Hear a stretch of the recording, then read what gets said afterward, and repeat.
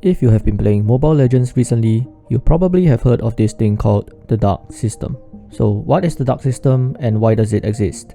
Basically, the Dark System is referring to when the game intentionally manipulates the teammates and enemies you get in a match in order to give you really bad odds to win a game. For example, in this Reddit post regarding the Dark System, the poster by the username of breadfootsuch3427 documented his or her experience of the Dark System and gave us 5 points in order to allegedly prove that it exists. Point number 1, his team consisted of a duo and 3 solo players, while the enemy team consisted of a trio and 2 solo players. This would obviously mean that the enemy would likely be more coordinated as they had a trio compared to his team's duo. Number 2. The user went to check the stats on all the players and found that his enemies had a higher average mythical stars rating of 130 compared to his team's average of 58. Number 3. His enemies had a higher average win rate of 60% compared to his team's average of 50%. Number 4. The enemy's lowest win rate player had a higher win rate than any of his teammates. And lastly, number 5, the enemies had higher pick rankings at Mythical Immortal than his teammates who have never picked at Immortal before. For me, this would seem like a match that was stacked against the poster's favor and he obviously lost that match. So it would seem to point towards the existence of a Dark System.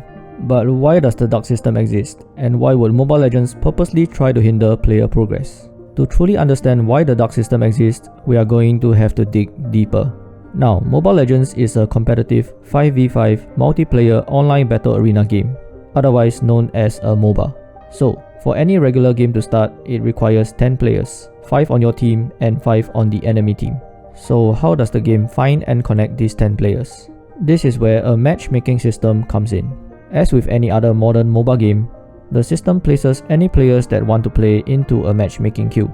The simplest system is then to put the first 10 players that started a queue into a match. This is known as the first in, first out system, which is also the fastest way to do it. This adds to player enjoyment, since they don't have to wait too long to start a game. With the large player base that Mobile Legends has, a match would be easily found within milliseconds of you hitting the start game button.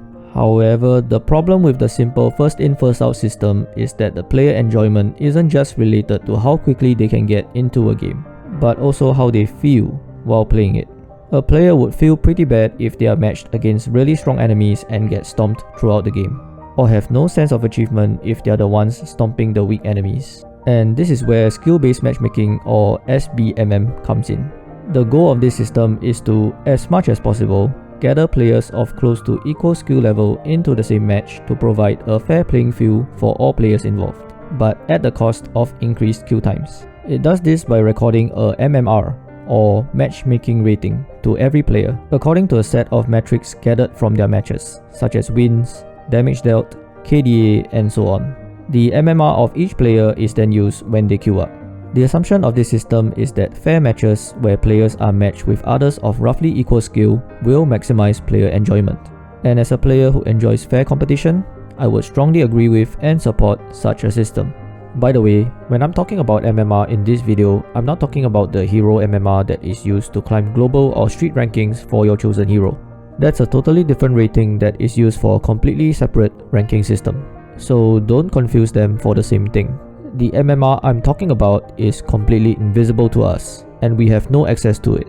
So, the first and most obvious metric for MMR that is taken into consideration is the rank of players. Epic rank players are mostly matched with others in Epic, or at most one rank up, which is Legend, or one rank down, which is Grandmaster. This is easily observable, and you can see it when you check your teammates and opponents' ranks after the match. If you're in Mythic rank, you're most likely going to be getting Mythic rank teammates and opponents.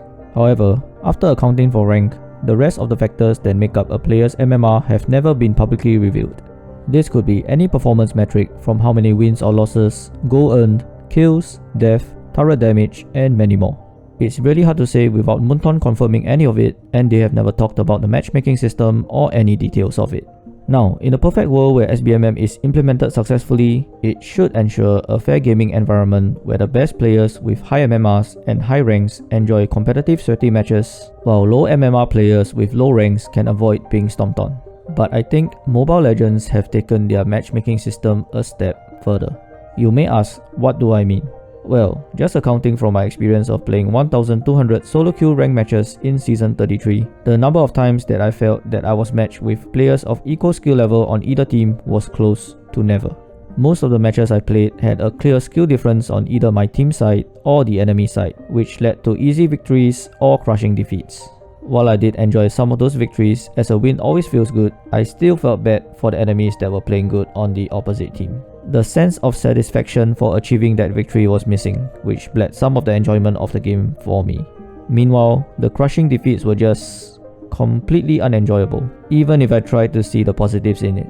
So how does a matchmaking system that strives to bring players of equal skill level and build a fair gaming environment create the exact opposite where almost every match feels completely unfair instead? Enter Engagement Optimization Matchmaking, or otherwise known as EOMM.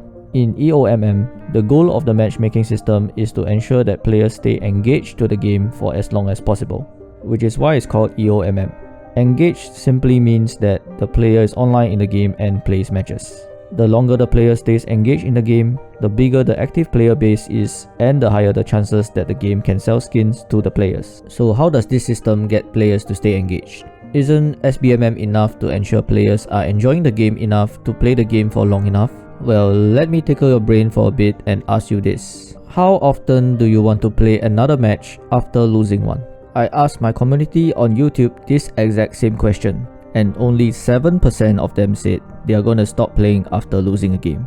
This meant that an overwhelming 93% would still consider playing another match after losing one, while about 25% answered that they would always do so. What this means is that despite losing, most players would still remain engaged with the game. This is actually consistent with player behavior in other games, but that's a rabbit hole that I'm not gonna bring you into for this video. But just know that it's not only isolated to Mobile Legends, but is seen across many other games. So, what are the consequences of such player behavior on the matchmaking system? Well, since losing matches is actually encouraging more engagement in the game for most players, the logical optimization to increase player engagement is actually to make players lose, but not so much that they actually stop playing. This is actually good, especially for the quote-unquote bad players, since for there to be a winner, there needs to be losers. And if the winners are always winning, then it also means that the losers are also always losing. So the matchmaking system needs to find a way to ensure that the losers are winning enough while the winners are losing enough, all in an effort to optimize for every player's engagement. So there are two ways that I theorize how Mobile Legends implements this. Remember that this is in theory, and I don't have concrete proof of this since Moonton has never officially addressed how their matchmaking works, but I'm planning on investigating this further, which I will explain later on. The first way is that the system tracks how often you win and lose, and how often you stop playing when either of those outcomes happens. As such, the system knows how accepting you are of losing, and therefore knows how often it can provide you with a bad match. For example, if a player continues to play even after losing 4 games in a row, the system recognizes that losing really isn't a problem for him and he's able to tolerate getting bad matches. The second is that rather than trying to gather each individual player of close to equal MMR for both teams, the system tries to balance both teams' total MMR to find a match. So, if you have a high MMR, you are more likely to be matched with teammates with low MMR. This is also to lower queue times, as it's much easier and faster to gather a group of players in a wide range of MMRs than to find 9 other specific MMRs to match to each individual player. This would mean that the high MMR players in that team would be there to carry the lower MMR players. If the high MMR players fail to carry, they will lose. But if they are successful, the low MMR players would also win. This is a logical thing for a game to do, so that the bad players have a better chance of winning, and therefore keep them playing the game and spend more time or money on it. Remember that Mobile Legends is not just a game that was created just so we, the players, can have fun playing it, but also a business product that needs to make profits. For a live service online game, an active player base is extremely important to ensure that there are players to fill up matches. It is ideal for them to keep as many players playing as possible for as long as possible, no matter how bad they are. The more players there are, the more likely they will be able to sell their skins. Now, making money from the game is not a problem for me. After all, Moonton spends money to maintain servers, pay their development team, market the game, as well as many other costs. So I can completely understand the need for keeping low-skilled or casual players playing the game. So, with all that explained, how am I going to investigate the dark system further? This is what I'm going to call the dark experiment. The objective of the experiment is to prove that the dark system exists and formulate a way to beat it. I will be live streaming it entirely, so there's no way I can cheat my way out of it. So, I'm going to play this entire season, Season 35, completely solo queue until I reach Immortal rank, but with 2 distinct rules for the experiment in order to try and beat the dark system. Rule number 1. Thou shalt stop playing the game after 2 losses. This is for a single play session and is non-negotiable, whether it's 2 consecutive losses or it could be completely separate. I will stop the play session after 2 losses. And rule number 2. Thou shalt not start another play session for 24 hours after those losses. And rule number 3. Thou shalt do my best each game and never surrender. So these will be the 3 rules for this experiment. The reasons for rule number 1 and 2 is to teach the system that I'm not a player that likes losing, and will stop playing for an extended time if it provides me with bad matches. That's it. I'm not saying I'm a perfect player and that I'm not to blame for every loss, but it's just to make the rules simpler. So, if you've been a victim of the dark system or are just interested to see how this experiment goes, you can make sure to be notified when I go live by subscribing to the channel and clicking on the bell icon. With that said, I hope this video has been enjoyable for you and I'll catch you in the next one.